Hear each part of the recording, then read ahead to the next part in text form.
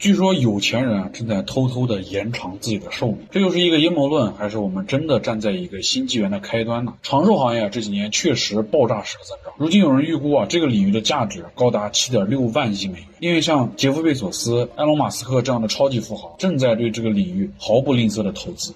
越有钱越不想死。对，虽然他们有很多钱，但是年龄越来越大，他们还有很多未完成的野心。当然，这里所说的长寿行业并不是研究什么长生不老药，更确切的来讲是延长人类的寿命。1万年前，人类的平均寿命不足30岁；100年前，人类的平均寿命也只有50岁。但是现在如果你今年20岁，那么你将很可能活到80岁以上。相比于其他同类型的动物人类的寿命可以说是让他们望尘莫及。而相比于自己我们在近几十年内实现了飞跃般的寿命增长。生物科技初创公司相信我们比任何时候都更接近前所未有的寿命。更是有人预言说2035年人类将获得永生。我感觉就算真的有，也可能只是个别人的权利。就是说这个成本肯定很高，普通人肯定负担不起的。其实这属于一种阴谋论了，可能一开始这样技术是由一个人或者一个组织掌握，但是这么多年的事实证明任何一个技术它都不可能永久保密。你想想延长寿命的能力谁不想要？对吧？这东西一旦研究出来，那任何势力都会不计代价的想得到它。一次不成功，2次，2次不成功，3次，1万次它总会有成功的时候。而一个秘密一旦被第二个人知道之后，它就不再是秘密了。对，另外假设有人真的造出了这个延寿药丸，这个药丸假设花了1890亿美元，为什么我一定要说是1890亿美元？为什么？因为贝索斯的家产就这么多，就是我们耗尽贝索斯的家产制造出来的一个延寿药丸。根据药理学和基本的供给关系规律虽然第一颗花了1890亿，但是第二颗药丸的成本只需要几分钱。假如全世界只有20%的人买药丸，那么一颗药丸定价135.6美元就能直接摊平研发成本。假设一颗药丸延寿1年，135.6美元折合900块，买1年的寿命，谁会不要？我买，对吧？买完一颗之后，他会不会买第二颗？会。所以说剩下的几乎都是纯赚，没有商人能够拒绝这种利润。所以类似基因药丸之类的事情，大概率是不会出现的。如果人类真的在延寿上有所突破的，那么造福的也一定是全人类。当然，真正的延寿项目目前并不是研制出一个药丸就可以了。首先，我们要搞清楚是什么导致了我们的肉体的衰老。是吗？这是我们身体里的一些细胞，它们其中有一部分在分裂，还有一些正在死亡。影响人寿命的一个很大一部分因素就是类似糖尿病心脏病这种癌症对，也有癌症。癌症我们放到后面说，它们大多数都是因为细胞的衰老导致的。换言之就是说，如果我们的细胞不衰老，那么我们就会远离这种疾病而长寿。那么为什么细胞会衰老？单个细胞的分裂次数是有限的，大概就是56次，而决定细胞分裂次数的就是端粒，它像一个鞋带的这个地方。对。细胞每分裂一次这个端粒就会损失一部分。端粒就像是细胞里的一块表一样，直到分裂到最后端粒没了，那么细胞就停止分裂，就老化了。所以如果有什么能够延缓甚至停止端粒的缩短，就可以长寿，是不是细胞就能够活得更久？对，我们自己也就不至于老那么快。但是什么办法能够停止端粒的缩短？你要能发明出来，我们就发财了。这个东西其实是在自然界中就存在的，有一种叫做端粒酶的酶，这种酶可以修复受损的端粒。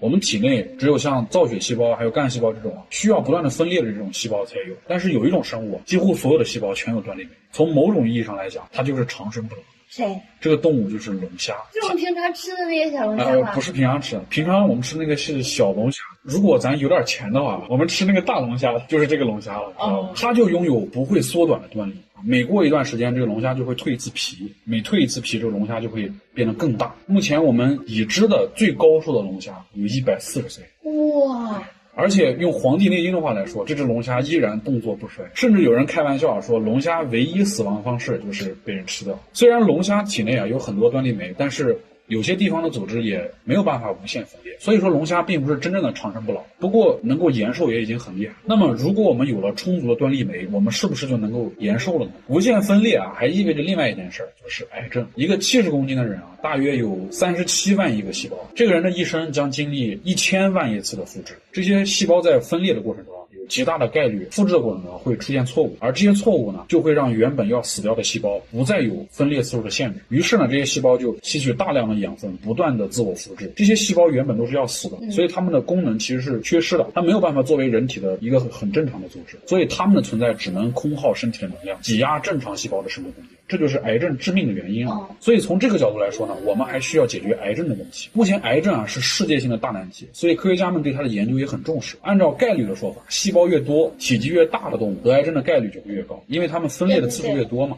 一个蚂蚁大概有1000万个细胞，70公斤的人大概有37万亿个。那么从理论上来说，人得癌症的概率就要比蚂蚁高370万倍。大象得癌症的概率还比我高那么多呢。对，一个5000公斤的大象它有大概2500万亿个细胞。那么从理论上来讲，大象得癌的概率应该是人类的70倍。一条15万公斤的蓝鲸有大约74000万亿个细胞，所以蓝鲸得癌症的概率应该是人类的2000多倍。总之呢，就是活得越久，细胞越多，那么得癌症的概率就会越大。就是现实就很奇怪，现实它并不是这样。比方说，老鼠的细胞是人类的1/1000而且老鼠活得比人短30倍，但是人类和老鼠得癌症的概率是差不多的。而大象活得和人类寿命差不多，但是细胞是人类的70倍，但是得癌症的概率不足人类的1半。所以现实是，体型越大的动物得癌的概率反而会越小。为什么？我们的细胞为了防止癌变，都有抑癌基因，人类的基因组里就有一份抑癌基因，但是科学家们发现，大象的基因组里有20份这样的基因，也就是说，大象防止癌症的保护层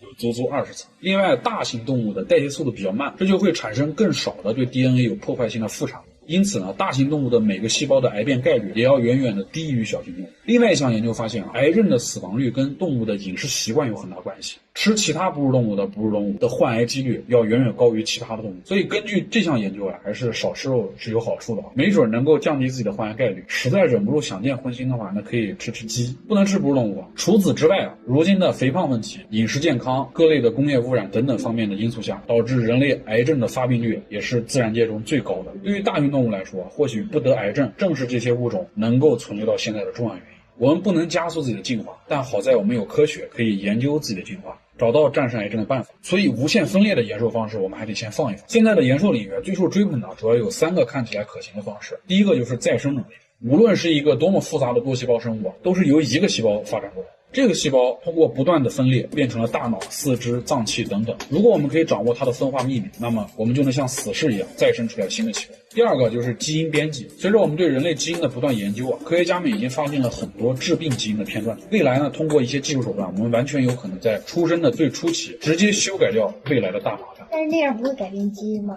会改变基因。所以说呢，这个项目现在最大的问题就是遭受人道主义的谴责，所以什么时候能够实现还是个未知数。最后一个 3D 打印代替器官，这个看名字就不用多说了。总之我还是很相信自己能够看到人类寿命突破的那一天，也祝看到这个视频的朋友都可以在等待天才改变世界的同时，希望大家注重自己的身体，别羡慕人家大象、金鱼不得癌症，毕竟他们不抽烟不喝酒。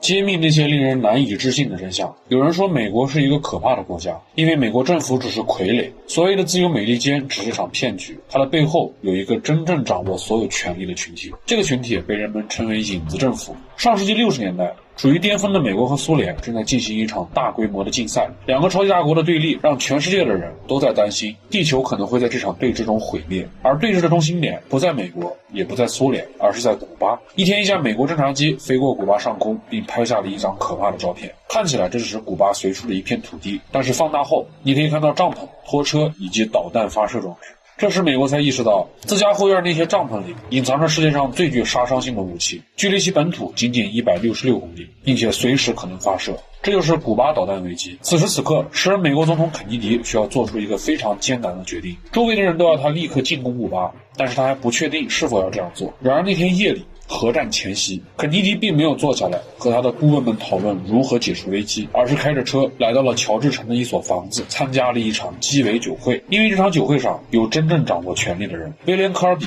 中情局远东局长，后来成为了中情局的局长；艾伦·杜勒斯，中情局在位时间最长的局长；弗兰克·维斯纳，中情局创始人之一；乔治城，这里才是美国权力和民主的所在。他们拥有绝对强大的权力，且所有人从未经过选举而上位。他们是美国政府隐秘的独立部分，并且善于勒索美国国会，削弱总统的地位。他们纸面上是美国政府的一部分，但事实上它超脱于美国的一切。这就是美国的影子政府 CIA。Unelected deep state operatives who defy the voters to push their own secret agendas. You take on the intelligence community, they have 6 ways from Sunday of getting back at you.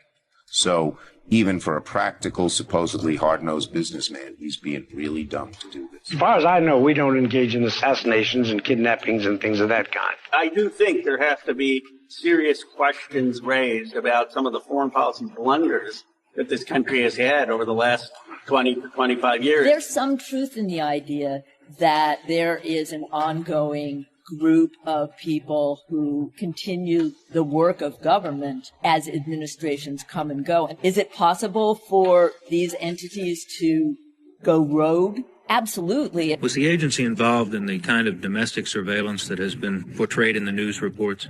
My feeling is that it has not. 80年前，日本偷袭了珍珠港。时任美国总统罗斯福成立了 OSS 美国战略服务办公室，并从美国上流社会招募特工，他们被秘密地赋予了强大的权力，在全国乃至全世界为所欲为。直到1945年，战争结束了，时任美国总统杜鲁门意识到，虽然 OSS 帮助美国打赢了战争，但如果这样强大的权力继续掌握在这群隐秘的未经过选举的人手中，无疑是一个很大的威胁。于是时任总统杜鲁门表示 OSS 将被解散。但是这些权力在握的 OSS 成员怎么会甘心自己就这样被消灭呢？打开的潘多拉魔盒再把它合上是不可能的。于是二战结束后，短暂的和平突然结束。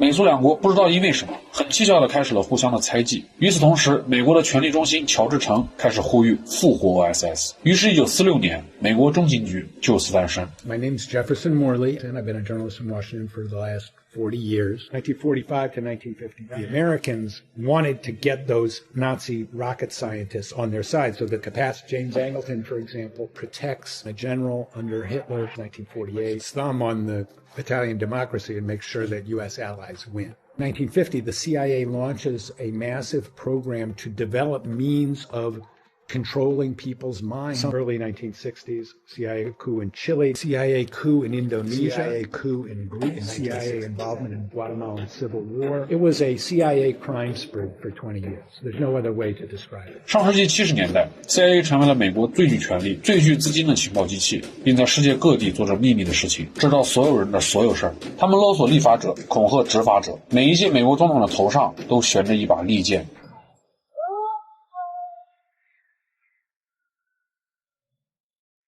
King, there is only one thing left for you to do. You know what it is. You have just 34 days in which to do it. You are done. That was taken by Dr. King to mean a suggestion for suicide, was it not?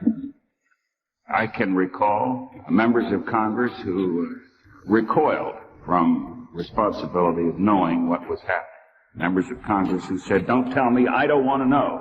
Even within the deep state, there are people who are doing things for altruistic and good reasons, and then there are people who are doing things for their own selfish or bad reasons, and exactly how many are in each category is sort of impossible to delineate. There's not a whole lot of effective oversight on something that has grown so big and so bushy. 权力的天平从此刻开始倾斜，永不休止的战争和冲突，不断出现的新敌人和新势力。CIA 需要这些，不断的巩固自己的地位，直到永远。